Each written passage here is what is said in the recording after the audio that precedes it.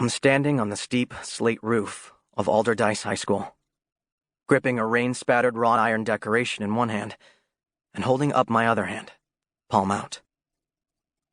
"Don't," I'm saying to the girl in front of me. "Please, don't." My hand wavers, tracing incantations of fear and panic in the air. Just beyond my outstretched fingers is something that's been spiraling out of control for years. Only I shouldn't call her something. Should never call her a thing. Somebody is what I mean. It's the technology, see? We can't get away from it. Anywhere you find people, you find it. Clever little contraptions, cunning strategies. We're toolmakers, born and bred. And even if you don't believe in anything else, you better believe in that. Because that's human nature. It's the tools that make us strong. And it's the tools that put a girl on the edge of this roof. I crawled out here against all advice the second I heard who it was. I owe this girl a debt, and I can never repay it. But I'm doing my best to try. Samantha is just 15. The wind is smearing her brown hair against gray skies, pushing her tears in streaks across her blank, emotionless face. Alderdice is a massive school, built during the industrial genesis of Pittsburgh. Sam stands on the precipice, 6 stories up. The rain is spitting at us through afternoon sunlight, and the dull stone building seems to be bleeding, or crying, or both. I can't believe she's really going to jump. Not after all she's been through. You make a tool to fix a problem, right? But, and I've thought about this, it's the boundaries that define us. Bold, black lines that can't be crossed.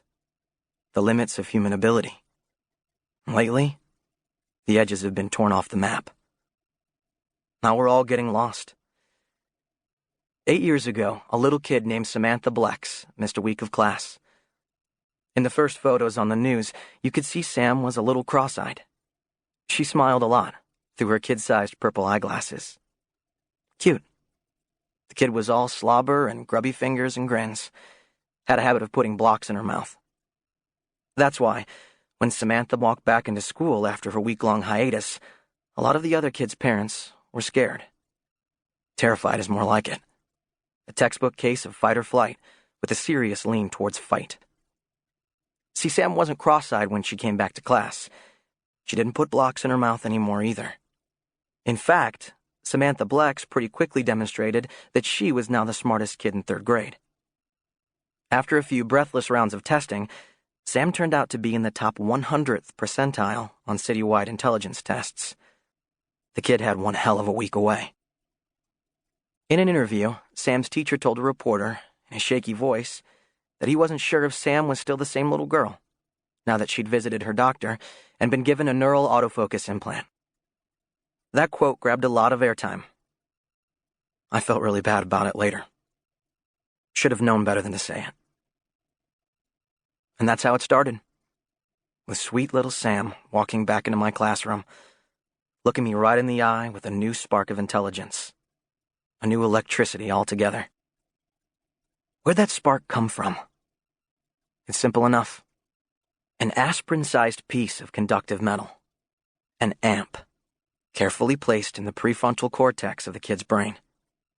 A baby squid, pulsing with an exquisitely timed series of electrical stimulations, gently pushing her mind toward the beta 1 wave state. Focus concentration, 24/7. This sharpened focus massively amplified her intelligence, bulldozing away the dim, mild, slobber-mouthed little girl I knew. And only a little nub of dark plastic on her temple, like a mole, to show for it. A maintenance port. Just like mine. "I know how you feel, Sam," I called to the coltish teen on the roof. "I get the stares. I hear the whispers. We can make it through this." I'm flawed hardware. Like anybody. Have been for a long time. Epilepsy. My doctor says it's a Tower of Babel in my head, and I believe him. Of course I would. My doctor is my father.